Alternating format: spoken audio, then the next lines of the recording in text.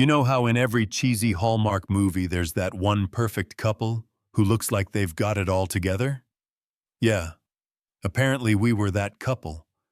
White picket fence, Sunday barbecues, matching Christmas pajamas, the whole American dream package. And like any gullible protagonist in a cheap romance, I believed it. I believed her. I believed in us. That was my first mistake. It happened on a Tuesday night. I wasn't supposed to be home early, but the meeting got canceled, so I walked in, ready to surprise her with takeout from her favorite overpriced sushi place. That's when I heard it. Her voice, except she wasn't talking to me. She was on the phone, pacing the living room in her "I'm totally innocent" yoga pants, saying words that drilled into my skull like nails. I mean, I only married him for stability. You know that. My heart's always been with you. If life had a record scratch button, this would have been the moment to press it. I stood there, frozen, my California roll dangling from the bag like a tragic prop. Stability? Was I a human 401k plan? I backed away before she noticed me, heart pounding, ears ringing, like one of those scenes in a spy thriller where the hero overhears the villain plotting world domination. Except in this case, the villain was wearing my old college hoodie, and the world she was plotting to dominate apparently included her ex-boyfriend, a walking man bun with a beat-up guitar and exactly zero career prospects. Now let me tell you something about betrayal in America. We don't just cry about it in the shower while listening to sad country songs. No, we turn it into a Netflix-worthy saga. This wasn't just cheating in the physical sense. Oh no, it was emotional embezzlement. My loving wife had been running a Ponzi scheme on my heart, using my time, my love, and yes, my credit card points, to bankroll her toxic love fantasy with some washed-up indie Romeo. And the worst part? I started replaying the last 2 years in my head like a courtroom montage. The way she'd light up when she got a mystery text. The way she insisted we never visit certain neighborhoods. You know, because parking is impossible. And the way she'd roll her eyes when I talked about our family plans like kids and a bigger house. That night, I didn't confront her. Not yet. Americans love a good twist, and I wasn't about to blow my chance at one hell of a plot. Instead, I smiled through dinner, asked her about her day, and pretended I hadn't just watched my marriage get hit by a freight train. But inside? Oh, inside I was already planning the opening scene of my revenge movie. The kind where the betrayed husband doesn't just walk away. He burns the whole script and writes a new ending. And let me tell you, this wasn't going to be a "we grew apart" kind of divorce. No. This was going to be the kind that made her wish she'd stayed with the man-bun loser who plays acoustic covers in coffee shops for free lattes. The next morning, I woke up early, poured myself a cup of coffee so black it could file a lawsuit against sunlight, and made a list. Step 1. Lawyer up. Step 2. Gather evidence. Step 3. Smile, because she wasn't going to see it coming. Little did she know, the stability she thought she married was about to become the most unstable storm of poetic justice she'd ever seen. This wasn't just a breakup. This was going to be the kind of family drama that made Thanksgiving dinners awkward for the next 3 generations. And as I watched her sip her almond milk latte that morning, scrolling through her phone like she had nothing to hide, all I could think was, enjoy it while it lasts, sweetheart. The countdown has already started. Americans have this thing where we turn revenge into a form of art. It's not enough to get even.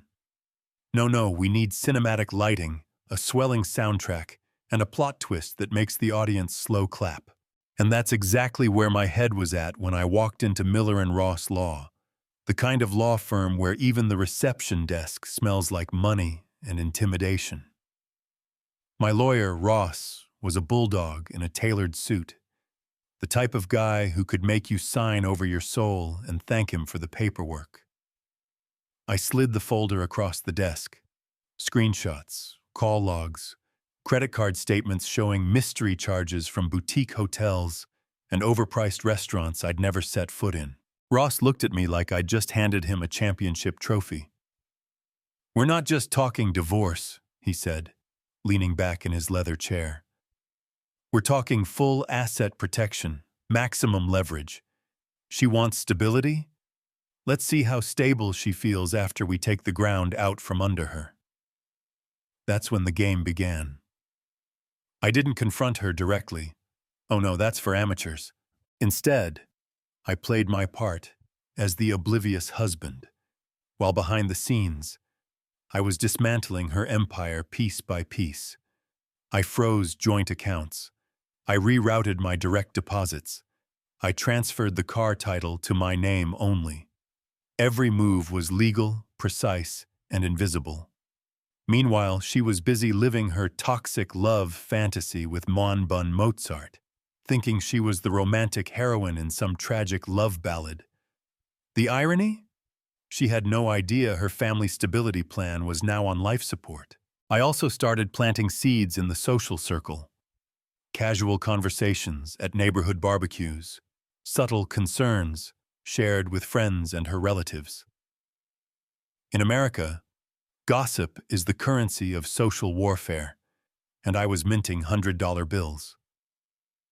By the time the rumors reached her, they'd been through so many retellings that she was allegedly plotting to run off to Canada with her ex to start a llama farm. One night, she tried to pull the sympathy card, sitting across from me at the dinner table, all wide eyes and trembling lips. "I feel like you've been distant lately," she said, as if she was the one sensing betrayal. I just smiled, the kind of smile that hides a nuclear warhead behind it, and said, "Just busy thinking about our future." Which was technically true. I just didn't specify whose future. By this point, Ross had everything ready. Court filings drafted, evidence lined up like soldiers on parade. We even had a surprise witness, her best friend, who'd had enough of being her unpaid therapist and was ready to spill the tea about all the cheating details, down to what kind of wine she drank on her date nights. Then came the pre-trial meeting, where she walked in with that smug, "I'll get half" look. She thought she was walking into a fair split. She didn't realize she was stepping into a legal blender set to puree. Ross hit her with the bank statements, the hotel receipts, the phone records. Her smile cracked like cheap porcelain. And I didn't just stop there. Because this wasn't just a legal battle, it was an emotional demolition. She wanted to play the victim? Fine. I gave her the stage.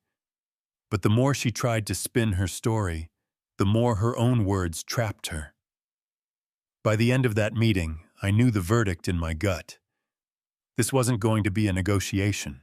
This was going to be a public execution. Metaphorically speaking, of course. And the best part? She still didn't realize the final blow I had in store. She thought the worst thing that could happen was losing some money and property. But I had something else planned. Something that would shatter her carefully crafted image and send her running straight into the arms of the one man who could make her life even worse, her broke ex. The countdown to the courtroom was on, and I was counting the hours like a kid waiting for Christmas morning.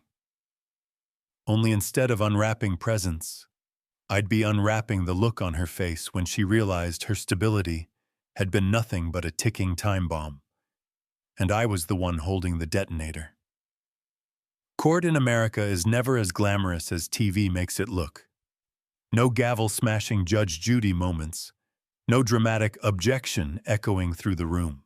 But when you've got a front-row seat to someone's entire toxic love empire collapsing, oh, it's still a masterpiece. She walked in wearing the divorce chic uniform. A conservative dress, pearl earrings, hair done just enough to whisper I'm a victim, but with a price tag that screamed still spending his money. Manbun Mozart didn't show, probably couldn't afford parking downtown. But I knew he was watching from the sidelines, probably strumming sad chords about betrayal and capitalism. My lawyer, Ross, was calm, almost bored, like a chef who already knows the soufflé is going to rise. Her lawyer, on the other hand, had the sweaty forehead of a man who'd been handed a defense made of wet tissue paper. The opening statements were polite enough, but the temperature in that courtroom started to climb the second Ross slid the first piece of evidence onto the table, a neat, bound packet of hotel receipts, text message screenshots, and bank withdrawals that painted a crystal-clear picture of cheating. It wasn't just adultery. It was embezzlement by romance. She had used our joint account to buy him gifts, pay his rent, and once, I swear this is true, book a spiritual healing retreat in Sedona for two. She tried to object, mumbling something about privacy and misunderstandings, but Ross cut through it like a hot knife through wedding cake. Your Honor, this isn't speculation. This is financial documentation, her handwriting, her signature, her transactions. Then came the witness, her best friend, the same one who'd sat through countless teary monologues about her real love and how she was just biding her time with me until she could escape the family trap. She sat there in the witness box, spilling tea so hot you could smell the steam. Every word she spoke was another nail in the coffin of my wife's credibility. And then, the final act, the prenup clause. She had forgotten, or maybe assumed I had. That tiny little paragraph buried in the prenup she signed without reading, because she trusted me.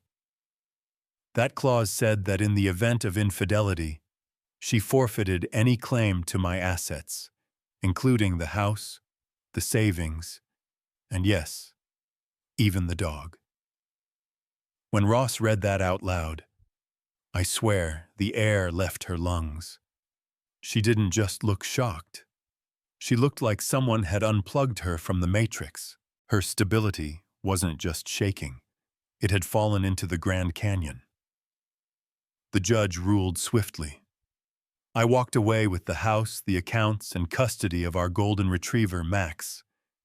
She walked away with, well, technically, nothing. And the cherry on top? The court ordered her to reimburse me for legal fees. Revenge, my friends, is not just sweet. It's tax-deductible. A week later, I heard through the grapevine that she'd moved into a dingy apartment with Manbun Mozart. The romantic reunion didn't last long. Turns out, toxic love doesn't pay the electric bill, and he bailed the moment she suggested getting real jobs. Meanwhile, my life was lighter. No more fake smiles at dinner parties. No more pretending to be the rock in someone else's playhouse. Just me, Max, and a future that didn't involve being someone's safety net. Sometimes, in America, we say, the truth will set you free. But here's the thing. The truth didn't just set me free. It locked her out of the life she took for granted and slammed the door behind her. And I was the one holding the keys.